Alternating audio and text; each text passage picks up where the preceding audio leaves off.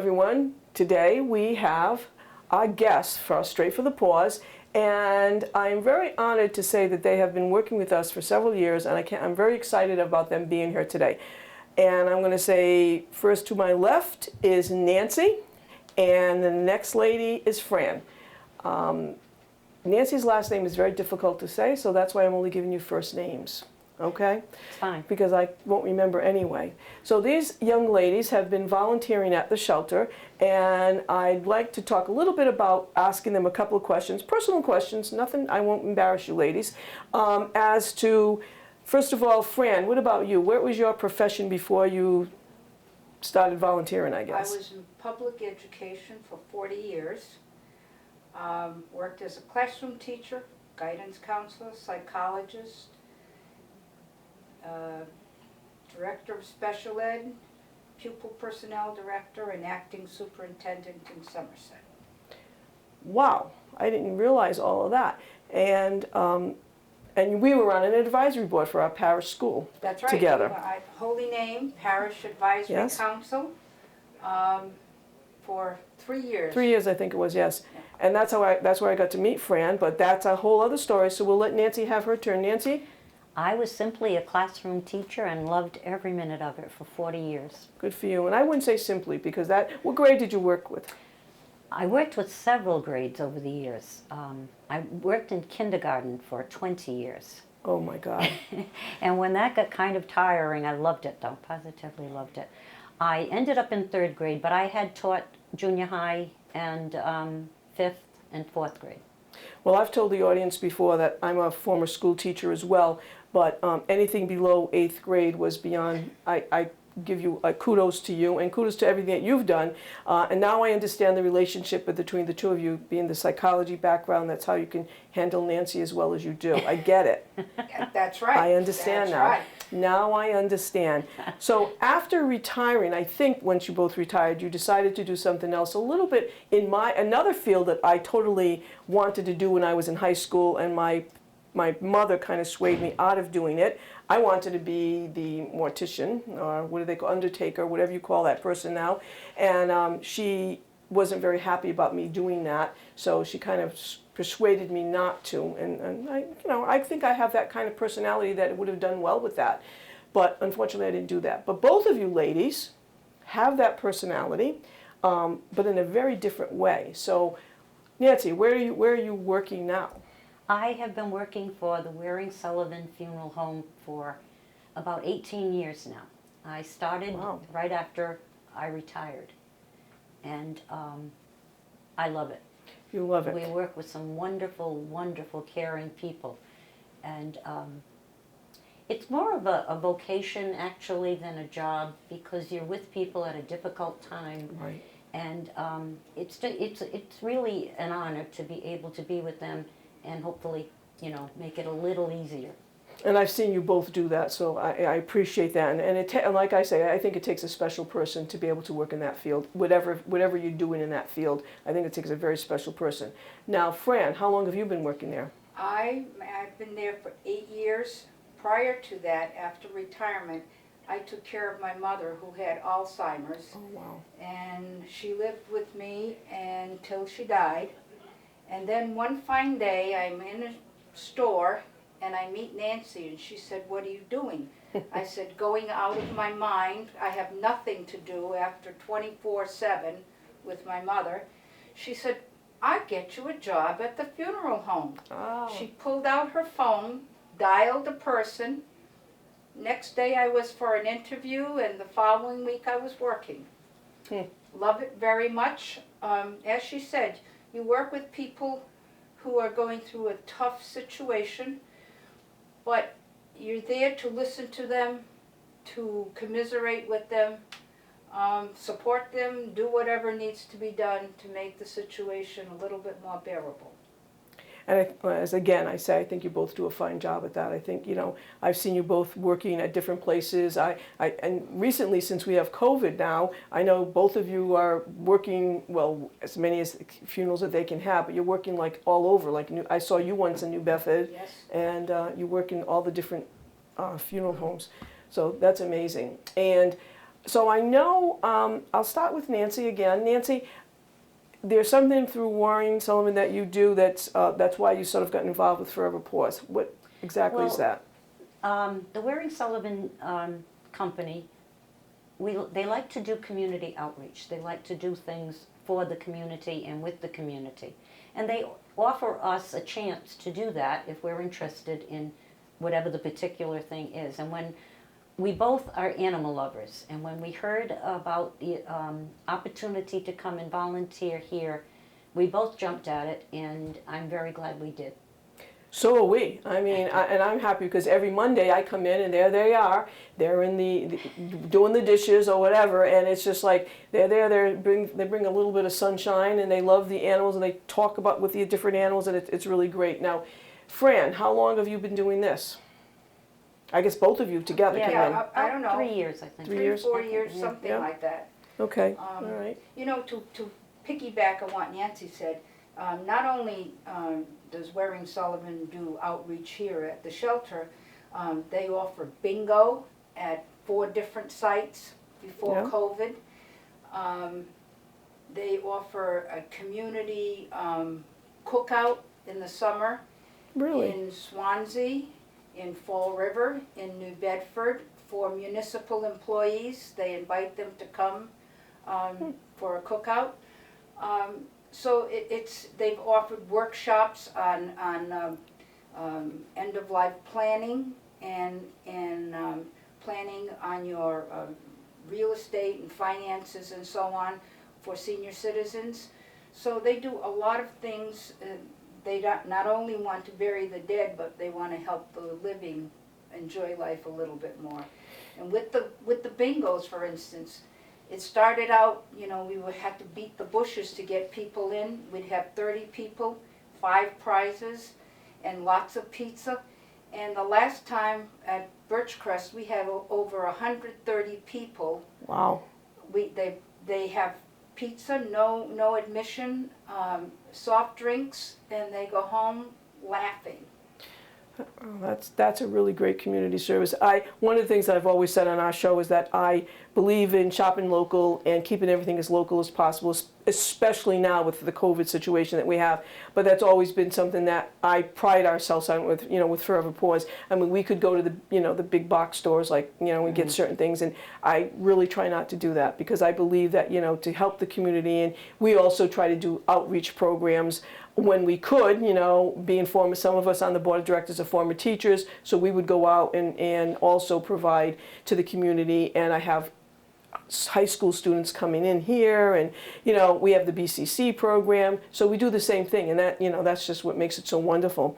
So let's talk a little bit about, and I'll even let you, Fran, because that wonderful program that I absolutely must tell you did not enjoy that you put on was the paint night for Forever Paws. Yes, okay. My ship or whatever the heck it was, boat, looked like, I don't know what it looked like. Everybody laughed at my painting the best. And of course I did do some crazy things like put the brush in my wine glass and which was a paper cup, of course, so it was a logical mistake. So that was it was painful for me, but I was there. So you also did something like that to help us. Yeah, we were horrified to think that paint cups would be on tables, on carpeting that we'd have to clean up later. Yeah. But they spread plastic over the floor, and everybody had a good time. Mine is on my piano. Okay, I won't mention where mine is. Mine is turned upside down, covering my newspapers because my cat likes to get in there and rip them up and shred. Upside down, I tell you, because we don't want anybody to see it. I understand. I understand. Mine would probably be in where we'd call the city dump. I just, they laughed at it so much that I was, a joke's a joke, but boy, they tore me apart when we left. We went to one of the board members' house and they were like looking at them, oh, let's put them on the wall. And I'm like, yeah, okay. So that was a lot of fun. It was great. Joe, that orchestrated that for us, has been wonderful. And then also when we have our events, Warren Sullivan always purchases tickets from us, and again, so that I can honestly say that they actually do a lot, and They do. and I greatly appreciate that. They just fixed the bocce courts in Somerset, which of course you can't use now because Right. of COVID. But we also play bocce. Okay. We, Waring Sullivan put it out there. Do you want to go and join? We meet people, and we have a wonderful time. It's really fun. The bocce courts were in disrepair, and so they fixed one up, had it torn up, fixed the whole thing. Wow. They really do try very hard, as Fran said, not to just deal with people who are, mourning, but to deal with everyone. Yeah, I can't say enough. I mean, Warren Sullivan, they do an excellent job, and I appreciate that. So now you've been here for a few years, and I think I'm correct in saying that each of you have adopted from us in that time frame. So Fran, where are you at with your animals? Well, funny story. My former dog died, and I was at a board meeting with Gail at Holy Name, and I said, Gail, I'm looking for another dog. And I figured a couple of months before she finds it. 2 days later, there's a phone. I've got a dog for you. I came, I got him. He was one wild guy. As I'm taking him out to the car, I thought my arm was going to come out of the socket. I got him home, I said, what am I in for? He is a pussycat. He is big and lovable, and he's just wonderful. More recently, I adopted a Siamese because I've had Siamese in the past, and this mama came in and delivered 4 beautiful babies. I knew the babies would be scooped up in a hurry, but not necessarily so quickly with mama. I've got mama. She has settled down and settled in and knows the routine, and prior to my 2 now, I've adopted previously from here.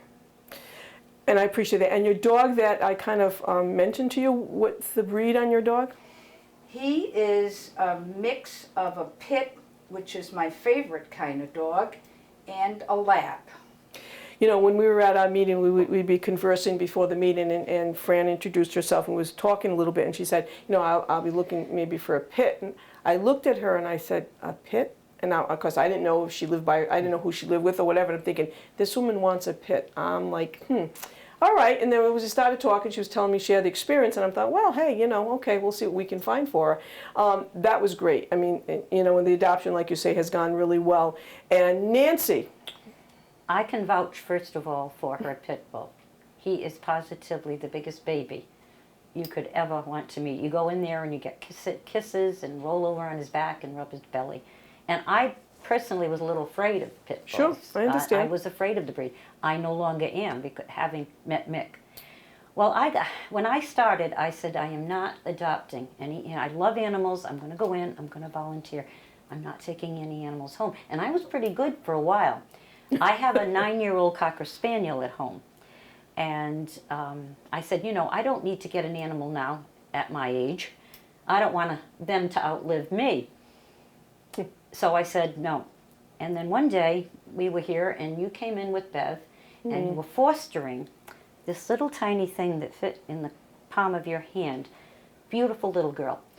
And I took one look at her and I said, yeah, I'm going to have that cat. That's going to be my cat.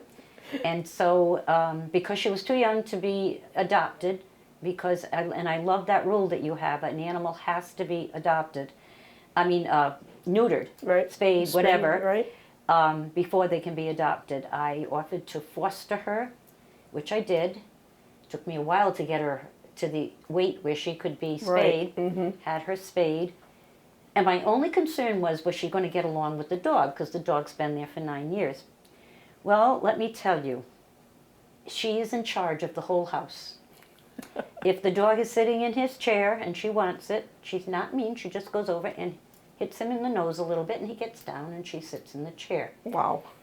They're great together. They play, they run after each other, but she is in charge, and she's beautiful. I was accused when I got her, because I had just redecorated my house, and I had a lot of white and gray, and she was white and gray, and someone said, yeah, you just got her because she matches the decor. I said, no, I did not. That wasn't wonderful. Fran, was it? It might have been. It might have been. It might have been. Well, you know, that's not a funny statement because years ago I used to help do a Maltese rescue, and I can remember having to go and pick up a dog and place into foster care, and they got rid of the dog because the dog they wanted new rugs, and the dog wasn't going to, Oh, you know, match, and so we had to have the dog removed. And another time, I remember someone getting drapes, and they wanted the longer drapes to floor, and they decided that the cat was going to mess up the drape, and it didn't match as well. When they ever said that, I was like, you've got to be kidding me. Yeah. So there are people that actually do that, Nancy. Oh, I know. I wouldn't believe that you would do it. And I will tell you, I have, my drapes are long drapes, and they're gray. And she has done a job. Yeah, I'm sure. I just move my furniture, you know, if it's, she's played with that part. I think she's over it now. I just move a chair there or something. Sure. She's worth it. See, that's what I want to hear. And then when you're here, ladies, what do you do when you're here? Wash dishes and bleach them so that they're, wash litter pans and bleach them so that they're all set for the next. And then in between times, because we have to leave them in the bleach for 10 minutes, we visit the animals, we visit the dogs. We go in there and the dogs bark like crazy at us. Yeah. Mm-hmm. We visit the cats. Sometimes we sit in the adoption room and play with a dog or a cat. We just enjoy it. And by the way, my daughter also adopted some guinea pigs from here. That's right. Which she thought were 2 females. We now have 4 guinea pigs. Oh boy.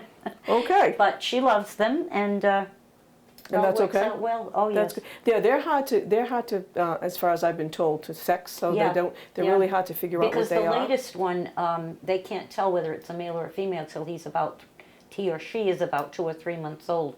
So they're waiting, because she said we've got to make sure, because we could have 5 or 6 guinea pigs. Well, you know, we'll help you out if you need to. We can do that. Now, Fran, what do you think is? I know you come, and you ladies. I mean, even when I called up and said, you know, we got COVID and we're concerned we have to stop everybody, you were like, just call me when you're ready. Let me know what I can do, and I greatly appreciate that. I mean, you two are very devoted and great volunteers, and I've said that publicly, so you know I mean that. Now, when I say behind your back, no, I'm only kidding. When I'm only kidding. But Fran, what's good about coming every Monday? I mean, you got ladies come here early in the morning, and sometimes you have to go back and go home and change and go to work. Yes. Yeah. So yeah. Why? Well, when you make a commitment to something or some cause, it's not when you feel like. It's you make a commitment. And right. So Monday morning, we are here. A couple of months ago, we went to Maine for the weekend, and we called you to say we won't be here at 8:30 because we're driving. We were here by 10:30, Right. and did what we had to. It's part of the old-fashioned upbringing. You make a commitment. It means somebody's depending on you. It means you do it. If you can't be counted on every week unless the sky falls, then you don't volunteer. That's a very, very good point. I mean, I've been working with Volunteer Joyce, you know, and we've had to cut down on how many people we can have in the building because of COVID and so on. So there's certain slots and certain times, and there are times when the staff is left when we had a lot of animals. Right now we're filming now, but in February, but this will be shown in March, and so the numbers are very low right now. So they're doing all the extra things, but. They need the volunteers. You know, we really do need volunteers. And again, my commitment, and we go back to being former educators, is that we have different school organization comes in here. We've had, you know, the Wood School. We've had Atlantic Charter School come in here on a weekly basis. Atlantic Charter did our whole reading program here. Unfortunately, we're limited with space, so we don't do that any longer. Bev and I worked the Red and Black program with the Durfee High School, and that only lasted a year, and then COVID came and we couldn't do it because it's an outreach program. They come here. Again, you know, Bristol Community College. But the commitment is there. We have to be there, and we have to have my staff available to work with the volunteers to get them acclimated to what they have to do. But a lot of times you get people that say, oh, I'm going to be there, I'm going to come in, and they don't show up. And the staff has learned, I would say, unfortunately, to not always rely on the volunteers. If they get them, then they'll decide what job they're going to have to do. But they know on Monday morning they don't have to do dishes. You know, on Tuesday, I think it's Tuesday and Thursday, we have another volunteer, Tim, that comes in, and he's done cats. They know exactly what rooms he's going to come in and do. So that is really helpful to a place like this, because in all honesty, I only have 10 employees, and only like 4 or 5 are full-time. That's it. So you think of a building, you know, we have City of New Bedford, City of Fall River, and the town of Westport. You bring all of those animals in. There's a lot of animals and a lot of people going through this building. And now that we have to ring the doorbell up front, and you know, it takes all that extra work. But the commitment, and I love what you said, the commitment maybe is old-fashioned, but that's what's needed. And we do have some volunteers that have been here for a few years, teenagers that really want to be here. And then we have the others that only come in because their parents are making them do something, or they have to do it for school.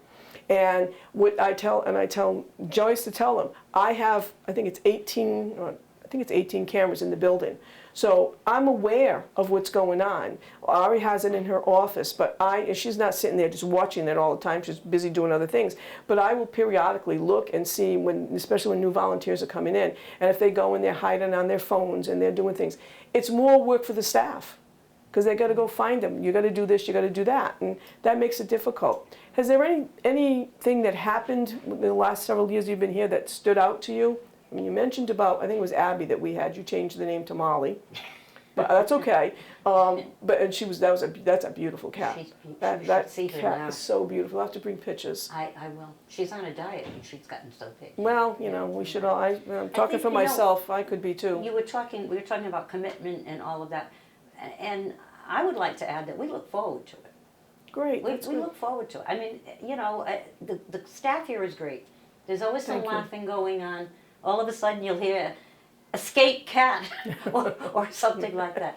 The funniest thing that ever happened to me was one morning, I don't know why Fran was in here, there had to be a very good reason, because she usually is. And I'm in there, and all of a sudden I hear this loud cock-a-doodle-doo. Now, we had never had a rooster in here as far as I knew. No, okay.